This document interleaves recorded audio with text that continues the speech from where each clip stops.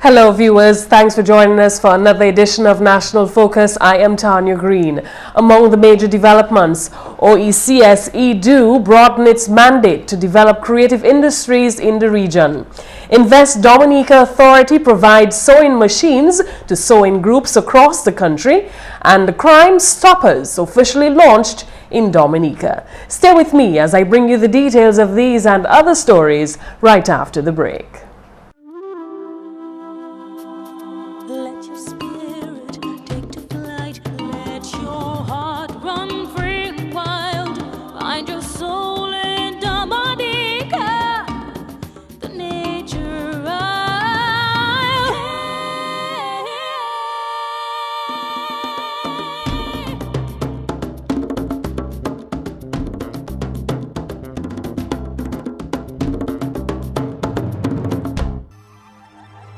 The facts as they are, brought to you every day, only on GIS Channel 7. Welcome back. Time now for the details of the news. A bill for an act to amend the Proceeds of Crime Act and the Money Laundering Act were presented and debated at the 6th meeting for the 3rd session of the 8th Parliament on Thursday. Legal Affairs Minister Honorable Ian Douglas supports these amendments, saying this will give the court and law enforcement agencies a stronger hand in reaching assets which are hidden. This act seeks to make amendments to the Money Laundering Act, the Money Laundering Law, to strengthen the hands of the authorities in a number of respects in terms of confiscation of assets. What do you do with those assets when they're confiscated? What is the process of, for example, if monies are confiscated, where does the money go? Does it go into a special fund? And how is that fund to be managed and utilized? The reporting of that fund to the Parliament, all of those issues. Also, giving the courts and giving the DPP, as it were, and law enforcement a stronger hand in reaching assets that are sought to be hidden. For example, tainted funds reaching third parties for the purpose of laundering those funds, as the name of the act suggests. All of those issues. So certain amendments were made or are being made to the Money Laundering Act to strengthen the hand of law enforcement in tightening the loopholes in the law that can be exploited for illicit and illegal means. Minister Douglas says amendments to these important acts are in keeping with requirements of the Caribbean Financial Action Task Force. We have what is called the Financial Action Task Force, which is the body that regulates all financial activities in the world, really. And the equivalent of that body in our region is called the Caribbean Financial Action Task Force. And they go from jurisdiction to jurisdiction on a periodic basis, looking at your various legislative regime for closing the gaps and tightening all of the loopholes as far as illicit activities concerned.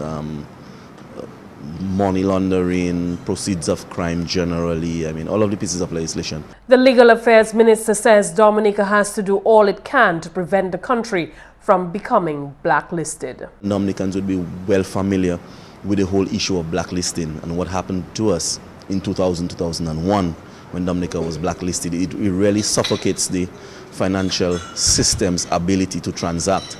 And the world has really become a smaller place right now, and people transfer funds from one jurisdiction, from one territory to another. They can literally do that with swift transfers and money transfers in a matter of minutes. And so the Financial Action Task Force really supervises all of those transactions around the world, and the Caribbean Action Task Force supervises all of those actions within our jurisdiction to ensure that every jurisdiction, every country complies with the standard operating procedures and best practice as far as financial transactions are concerned. GIS will bring you more on parliamentary proceedings in Friday's newscast. The OECS Economic Union is moving full steam ahead with the implementation of a number of programs which will benefit citizens of the region. That confirmation has come from Dominica's OECS Commissioner, His Excellency Felix Gregoire. According to Mr. Gregoire, work is now being done on developing a growth strategy for the OECS. This document will set the stage for action in all sectors: education, agriculture, health, information technology, all energy, all aspects of life, basically. Once we have that in place, then that will be the big picture. Now we also have the work program of the OECS Secretariat, where a number of projects have been approved. Some of them were funded by the European Union, by CDB, by other agencies as well.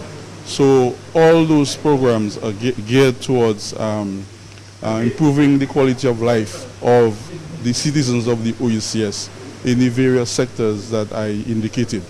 But certainly once we get the strategy in place, then we'll have a long-term plan, and we'll have all the various deadlines that are required. Ambassador Gregoire says a stakeholders meeting called by the OECS Export Development Unit, OECS EDU, on Wednesday to discuss its work program for the next year was one such initiative. It was a very good interaction, because after the various programs were explained, the participants gave a number of suggestions and also looked at challenges, and also voiced some concerns about the factors that are affecting them as businesses. Most of them were small businesses. The current work program of the EDU involves the implementation of activities under the 10th EDF Economic Integration and Trade of the OECS region, and is expected to provide support to firms and cluster groups in a wide range of trade and economic integration matters over the next 5 years. Ambassador Gregoire disclosed that free movement of persons as well as the free movement of goods and services are high on the OECS agenda. In an effort to increase local investment, the Invest Dominica Authority, the IDA, together with its stakeholders, presented 15 sewing machines to 4 local sewing groups at the Windsor Park Conference Room on Wednesday. This forms part of the IDA's entrepreneurship program designed to spur interest in the garment industry and provide support in enhancing quality and productivity. The focus has been on identifying the critical needs for increasing the level of interest, particularly by rural women in this sector, and creating the enabling environment to allow them to thrive and express their creativity. This all commenced in 2011 when we as Invest Dominica Authority, as part of our outreach program, targeted and identified the potential for growth in the garment industry. Investor Services Officer at the IDA, Patrickson Victor, worked closely with the Rural Sewing Group initiative and believes that these groups play an important role in Dominica's economy. CARICOM estimates that 45% of all jobs created in the region are created by small and micro enterprises. And in keeping with government's goal in its growth and poverty reduction strategy of increasing employment, reducing poverty, and improving social protection, Invest Dominica saw it necessary to undertake an initiative that would help in meeting that goal as the leading government agency for the facilitation of sustainable investment. Thus, ladies and gentlemen, the significance of this initiative and this morning's program. The sewing machines were presented to sewing groups from the communities of Bagatelle, Wetika, Calabishi, and La Plaine. Equipping the groups with the relevant machinery was also key on our agenda, and to date 15 industrial type machines have been bought for distribution, and in other cases support provided by a machine repairman who did it all for free. And I want to recognize his contribution this morning, Mr. Blaise Aaron, because he worked tirelessly with us to repair the machines that some of the groups already had already owned, and that in itself helped to reduce the cost of the program because we were able to repair those machines. The Invest Dominica Authority also recognized the need to train and develop the skills of local individuals in the garment industry. This led to the IDA's collaboration with already established manufacturing entities, which came together to train individuals. Training is a key component of this initiative, and as mentioned earlier, working in conjunction and on par with the already established garment entities, we expect to have the ladies fully trained. Representing the Ministry of Trade, Honorable Alvin Bernard is pleased with the IDA's efforts to sustain what he calls a dying breed. I have been concerned that these persons have been or are becoming a dying breed. But I dare say, with the effort of Invest Dominica Authority and its collaborators, the beneficiaries here today have some hope. And I do have some hope that we will see a turnaround in the industry. Lorena Smith of the Boetica Sewing Group expressed gratitude and urged her comrades to take full advantage of the opportunity. Do not become too complacent. You know, we received that machine and that's it because we didn't really buy it from our own pockets. But I just want to remind you that somebody paid for it, somehow. And the donor agencies, they have made a special effort to come to our aid. So I would urge us to make very good use of it. Very good use of it, and do not leave it lie there, not being used. Crime Stoppers Dominica was officially launched at a press conference on Wednesday. Crime Stoppers allows for persons with information about criminal activity to provide anonymous information to the authorities. The press conference marked the first phase of the program. Honorable Charles Savran, Minister for National Security, explained the effects of crime on society and how Crime Stoppers will help alleviate this problem. The effects of crime are felt by all in society, not just those directly impacted by the crime, but also family members of both the victims and the perpetrators and the wider society. The effects of crime on society can be outlined in many ways, but generally includes trauma, emotional and psychological effects on the victims, their families, loved ones and friends, loss of income, loss of business, loss of property, loss of life, loss of the sense of security and trust in society and its institutions. Devrol Dupeny, Regional Director of Crime Stoppers International, revealed the details of the program. Crime Stoppers is a tripartite relationship between the community, the media, and law enforcement. The community is where the information on crime, criminals, and criminal activity resides. The program is managed by members of the community who form the Volunteer Civilian Board of Directors. So you can see that it's an amalgamation of various sectors and various communities in Dominica. It is the responsibility of this civilian board to raise required funds to run the program, because there are administrative costs. The cost to run that call center in Canada, there's admin costs because it's 365 days a year, 24/7. So there are those types of costs. So when you hear Crime Stoppers Dominica asking for funds, it's not because they want a good bank account, but they need the funds in order to be able to administer the program, to have community outreach programs in our communities successfully, effectively, and on an ongoing basis. They provide a secure phone number, 1-800-8477, a website, and other secure mechanisms to receive tips. He also disclosed the reason behind the implementation of the program. Crime Stoppers first began in Albuquerque, New Mexico in 1975. There was a fatal shooting of Michael Carmen while he worked one night at a local gas station. After 2 weeks, the police had no information when, out of desperation, Detective Greg McAleese approached the local television station requesting a reconstruction of the crime. The reenactment offered US $1,000 for information leading to the arrest of the killers. Within 72 hours, a person called in identifying a car leaving the scene at high speed, and he had noted its registration. The person calling said that he did not want to get involved, so he had not called earlier.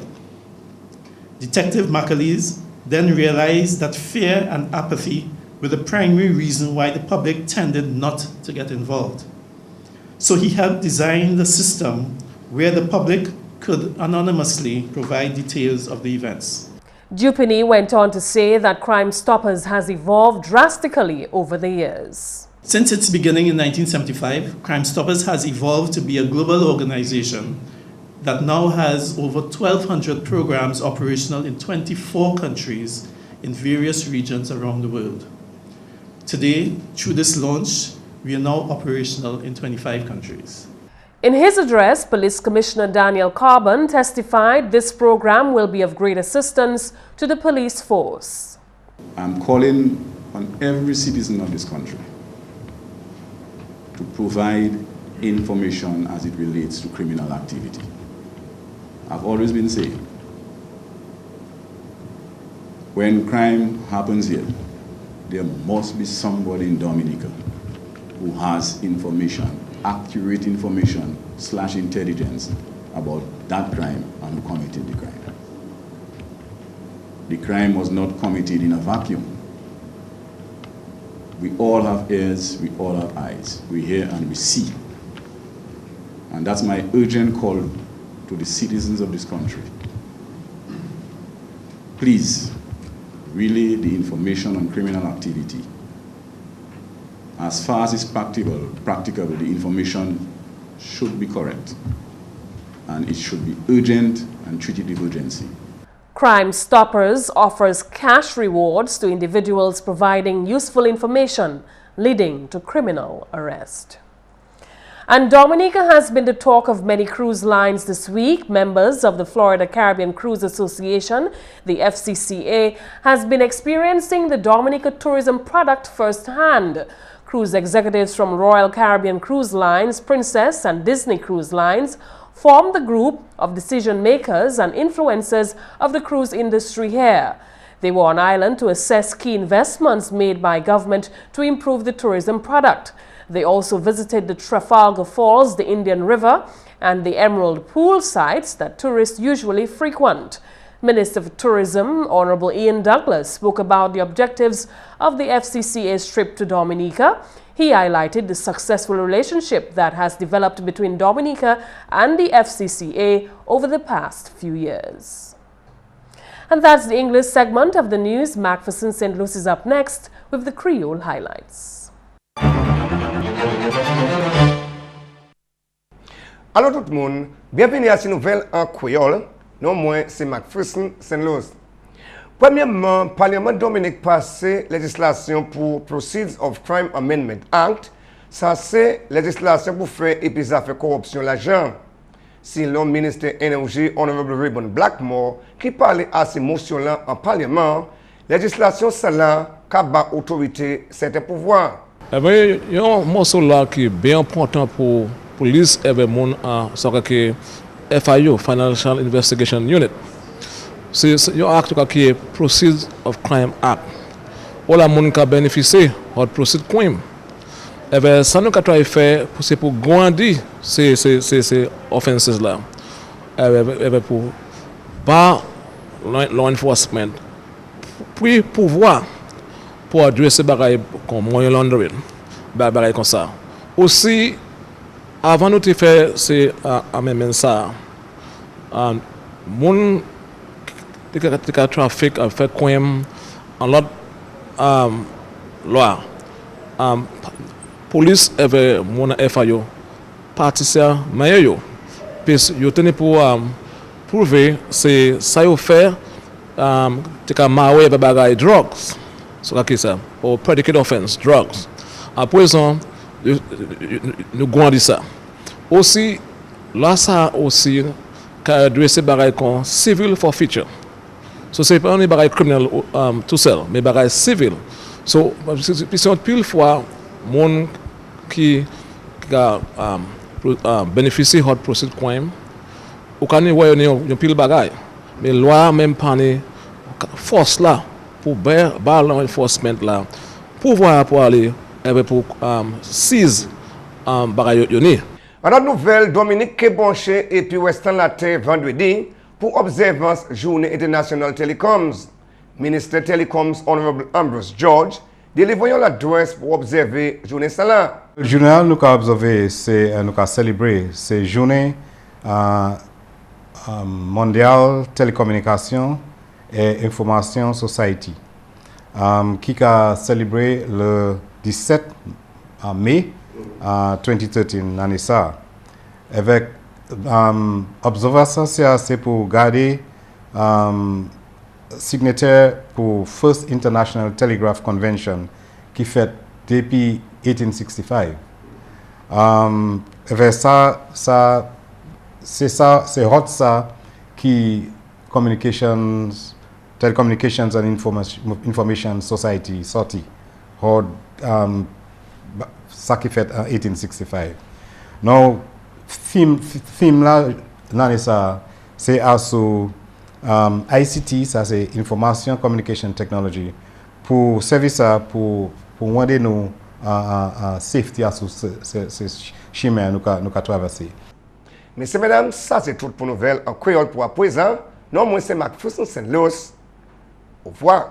Thank you, McPherson. When we come back, we'll bring you the tip of the day. Don't go away. Listen closely and you will hear what climate change might sound like.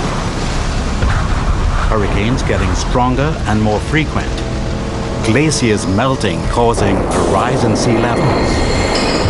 Dry bush burning after a prolonged drought left the bushes vulnerable to fires.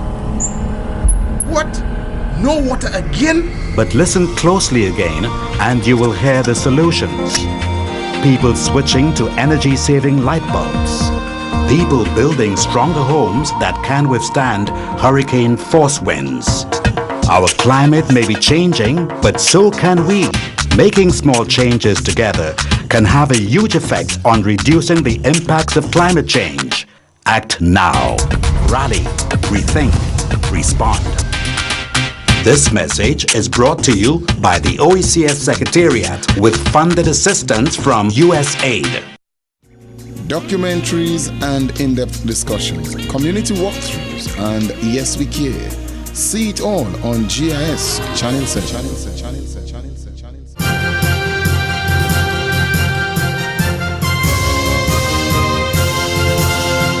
Thanks for staying with us. Today we want to encourage you to watch your weight and watch your carbs.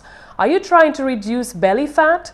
Pay attention to your carbohydrate intake and avoid artificial sweeteners. Sugary snacks and other refined carbs spike blood sugar and cause pounds to settle in your midsection. Choose whole grains, beans and vegetables instead. And that's all for National Focus. We thank you for joining us. We always look forward to your suggestions and your comments. So please feel free to drop us an email at gis@dominica.gov.dm, or you can visit our website at news.gov.dm. Friend us on Facebook and be sure to like our GIS Dominica fan page. You can also catch up on past National Focus newscasts on our GIS Dominica YouTube channel. On behalf of the entire news team, I'm Tarnia Green. Thank you for watching.